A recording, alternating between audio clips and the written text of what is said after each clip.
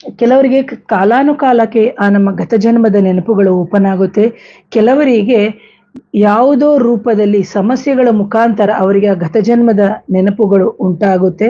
ಹಾಗೇನೆ ಎಷ್ಟೋ ಜನ ಫಸ್ಟ್ ಲೈಫ್ ರಿಗ್ರೆಷನ್ ಥೆರಪಿಗೆ ಹೋಗಿ ಗತಜನ್ಮದ ನೆನಪುಗಳನ್ನು ನೋಡುವವರಿದ್ದಾರೆ. ಆದ್ರೆ ಅಲ್ಲಿನೂ ಹೋಗಿ ನಮಗೆ ಗತಜನ್ಮದ ನೆನಪುಗಳು ನಮಗೆ ಓಪನ್ ಆಗಿಲ್ಲ ಅಂತ ಹೇಳಿದಂತಹ ಸಂದರ್ಭದಲ್ಲಿ ಆ ಜಗನ್ಮಾತೆಯನ್ನೇ ನಾವು ಆರಾಧಿಸಬೇಕಾಗುತ್ತೆ.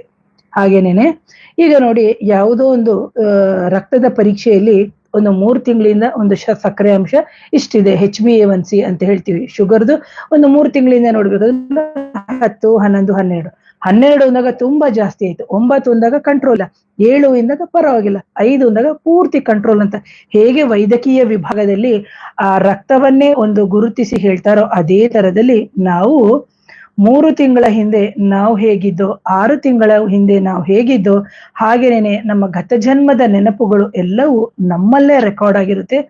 ಅದು ದಿನೇ ದಿನೇ ದಿನೇ ದಿನೇ ನಮ್ಮ ಬ್ಲಡ್ ಸೆಲ್ಸ್ ಅಂತ ಏನಿದೆ ಅದರಲ್ಲಿ ಪುನರಪಿ ಮರಣಂ ಪುನರಪಿ ಜನನಂ ಅಂತ ಹೇಗೆ ಹೇಳ್ತೀವಿ ಅದೇ ರೀತಿ ಅದು ಪುನರಾವರ್ತನೆ ಆಗ್ತಾ ಇರ್ತದೆ.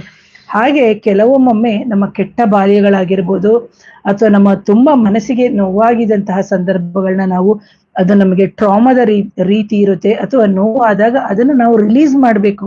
ಆ ರಿಲೀಸ್ ಆದ್ಮೇಲೆ ನಾವು ಅದನ್ನ ಬರ್ನ್ ಮಾಡ್ಬೇಕು. ಇಲ್ಲದಿದ್ರೆ ಈಗ ನೀವು ನೋಡಿ, ಎಕ್ಸಾಂಪಲ್ ಒಂದು ಕ್ಯಾನ್ಸರ್ ಬರುವಂತದ್ದು ಒಂದು ವೈರಸ್ ಇಂದ ಬರಲ್ಲ ಅಥವಾ ಒಂದು ಬ್ಯಾಕ್ಟೀರಿಯಾ ಇಂದ ಬರಲ್ಲ. ನೀವು ವೈದ್ಯಕೀಯ ವಿಭಾಗದಲ್ಲಿ ಇದನ್ನ ಸರ್ಚ್ ಮಾಡಿಬೇಕಾದ್ರೆ ಇದು ಅವ್ರು ಹೇಳ್ತಾರೆ ಕ್ಯಾನ್ಸರ್ಗೆ ಮೂಲ ಕಾರಣ ಅಂತ ಹೇಳಿದಂತಹ ಸಂದರ್ಭ ನಮ್ಮ ದೇಹದಲ್ಲೇ ಇರುವಂತಹ ಕೋಶಗಳು ಕೆಟ್ಟು ಇದು ಕ್ಯಾನ್ಸರಿಗೆ ಒಂದು ಕಾರಣ ಆಗುತ್ತೆ. ಈ ಇತ್ತೀಚಿನ ದಿನದಲ್ಲಿ ಪ್ಲಾಸ್ಟಿಕ್ ಅಥವಾ ಅದೇನೋ ಯೂಸ್ ಮಾಡ್ತೀವಿ ಅದು ಇದು ಅಂತ ಹೇಳ್ತಾರೆ, one of the reason. But behind ಇದಕ್ಕೆ ಬಂದು ಪ್ರಾರಬ್ಧ ಕರ್ಮಗಳು, ಅದರ ಜೊತೆಗೆ ನಮಗೆ ಮಾಂತ್ರಿಕ ಬಾಧೆಗಳಾಗಿರ್ಬೋದು ಅಥವಾ ಪ್ರೇತಾತ್ಮಗಳ ಸಮಸ್ಯೆಗಳಾಗಿರ್ಬೋದು ಅಥವಾ ಅನ್ಯ ಆತ್ಮಗಳನ್ನ ನಮ್ಮ ದೇಹದಲ್ಲಿ ಸೇರಿದಂತಹ ಸಂದರ್ಭದಲ್ಲಿ ನಮಗೆ ಹಲವಾರು ಸಮಸ್ಯೆಗಳು ಉಂಟಾಗುತ್ತೆ. ಯಾವಾಗ ನಮಗೆ ಆಸ್ಪತ್ರೆಯಲ್ಲಿ ಬ್ಯಾಕ್ಟೀರಿಯಾ ವೈರಸ್ನಿಂದ ಪರಿಹಾರ ಆಗ್ಲಿಲ್ಲ ಅಂತ ಹೇಳಿದಂತಹ ಸಂದರ್ಭದಲ್ಲಿ ಅಂತಹ ಒಂದು ಏನು ಪ್ರೇತಾತ್ಮ ಅಥವಾ ನಕಾರಾತ್ಮಕ ಶಕ್ತಿಗಳ ಸಮಸ್ಯೆಯನ್ನ ನಾವು ಆಧ್ಯಾತ್ಮದ ರೀತಿಯಲ್ಲೇ ನಾವು ಪರಿಹಾರಗಳನ್ನ ನಾವು ಮಾಡ್ಕೋಬೇಕಾಗುತ್ತೆ. ಯಾವಾಗ ನಮ್ಮ ದೇಹದಲ್ಲಿ ಒಂದು ಟ್ಯೂಮರ್ ರೀತಿಯಲ್ಲಿ ಇರುತ್ತೆ ಅಥವಾ ಒಂದು ಗಡ್ಡೆಯ ರೂಪದಲ್ಲಿ ಇರುತ್ತೆ ಅಥವಾ ನಮ್ಮ ದೇಹದಲ್ಲಿ ಒಂದು ನೋವಿನ ರೂಪದಲ್ಲಿ ಇರುತ್ತೆ, ಅಂತಹ ಸಂದರ್ಭದಲ್ಲಿ ನಾವು ಇದನ್ನ ಅರ್ಥ ಮಾಡ್ಕೋಬೇಕಾಗುತ್ತೆ. ಇದು ಪ್ರಾರಬ್ಧ ಕರ್ಮ ಅಂದ್ರೆ ಹಿಂದಿನ ಜನ್ಮದ ಕರ್ಮನ ಅಥವಾ ನಮಗೆ ಅನ್ಯ ಆತ್ಮಗಳನ್ನು ಕಳಿಸಿದಾರ ಅಥವಾ ಬೇರೆ ಯಾವುದೋ ನಕಾರಾತ್ಮಕ ಶಕ್ತಿ ಅಥವಾ ಪ್ರೇತ ಬಾಧೆ ನನ್ನ ದೇಹವನ್ನ ಆಕರ್ಷಿಸಿ ನನ್ನ ದೇಹಕ್ಕೆ ಸಮಸ್ಯೆಗಳನ್ನು ಮಾಡಿದಾರ ಅಥವಾ ನಮಗೆ ಇನ್ನೊಬ್ರು ಬ್ಲ್ಯಾಕ್ ಮ್ಯಾಜಿಕ್ ಮುಖಾಂತರ ನಮಗೆ ಕಳಿಸಿದಾರ ಅಂತ ಹೇಳ್ಬಿಟ್ಟು ನಾವು ನೋಡ್ಬೇಕಾಗುತ್ತೆ.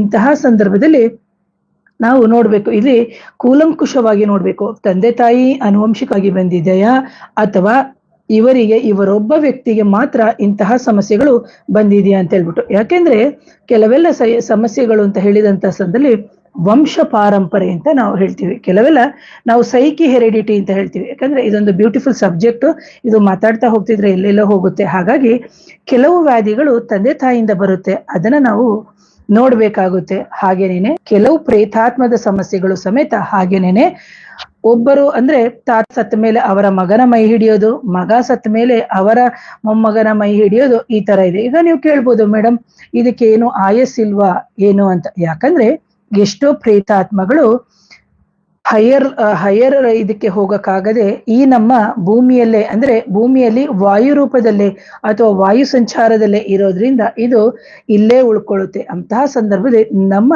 ಫಿಸಿಕಲ್ ಬಾಡಿ ಏನಿದೆ, ನಮ್ಮ ಫಿಸಿಕಲ್ ಬಾಡಿನ ಅದು ಅಟ್ಯಾಕ್ ಮಾಡುತ್ತೆ. ಯಾವಾಗ ನಮ್ಮ ಫಿಸಿಕಲ್ ಬಾಡಿ ಅಟ್ಯಾಕ್ ಮಾಡಿದಾಗ ಕ್ರಮೇಣ ಕ್ರಮೇಣ ಕ್ರಮೇಣ ನಮ್ಮ ಆರೋಗ್ಯ, ಭಾಗ್ಯ, ಯಶಸ್ಸು, ಕೀರ್ತಿ ಜೊತೆಗೆ ನಮ್ಮ ವೈಭಾವಿಕ ಜೀವನ ಆಗಿರ್ಬೋದು ಅಥವಾ ನಮ್ಮ ಮಕ್ಕಳ ಜೀವನ ಆಗಿರ್ಬೋದು, ಇವೆಲ್ಲವೂ ಅತಂತ್ರ ಆಗೋಗುತ್ತೆ. ಅಂತಹ ಸಂದರ್ಭದಲ್ಲಿ ನಾವು ನೋಡ್ಬೇಕಾಗುತ್ತೆ, ಇಲ್ಲಿ ವ್ಯಕ್ತಿಯಿಂದ ವ್ಯಕ್ತಿಗೆ ಸಮಸ್ಯೆಗಳು ಬೇರೆ ಬೇರೆ ರೀತಿ ಇರುತ್ತೆ.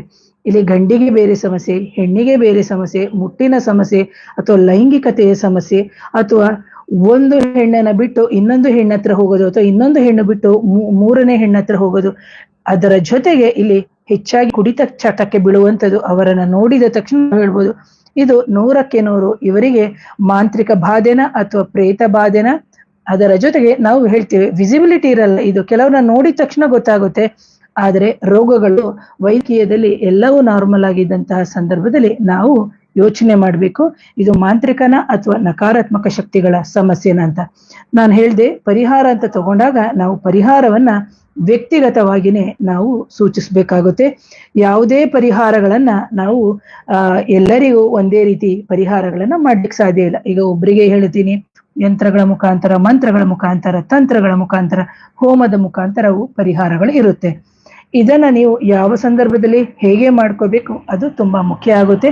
ಹಾಗೆ ನೀವು ಆರಿಸಿಕೊಳ್ಳುವಂತ ವ್ಯಕ್ತಿಯು ಸಮೇತ ಅಷ್ಟೇ ಸೂಕ್ತರಾಗಿದ್ದು ಅವರಲ್ಲೂ ಈ ಶಕ್ತಿ ಇತ್ತು ಅಂದ್ರೆ ಖಂಡಿತವಾಗ್ಲೂ ನಿಮಗೆ ಯಾವುದೇ ಮಾಂತ್ರಿಕ ಬಾಧೆ ಇರಲಿ, ನಕಾರಾತ್ಮಕ ಶಕ್ತಿಗಳ ಸಮಸ್ಯೆ ಇರಲಿ, ಅಥವಾ ಅನ್ಯ ಆತ್ಮಗಳನ್ನ ಇನ್ನೊಬ್ರು ಕಳಿಸಿರ್ಲಿ, ಅಥವಾ ಪ್ರೇತಾತ್ಮ ನಿಮ್ಮ ದೇಹದಲ್ಲಿ ಸೇರಿದ್ರು ಖಂಡಿತವಾಗ್ಲೂ 100ಕ್ಕೆ 100 ಇದರ ಪರಿಹಾರಗಳನ್ನ ಮಾಡ್ಕೋಬಹುದು ಅಂತ ಹೇಳ್ತೀನಿ.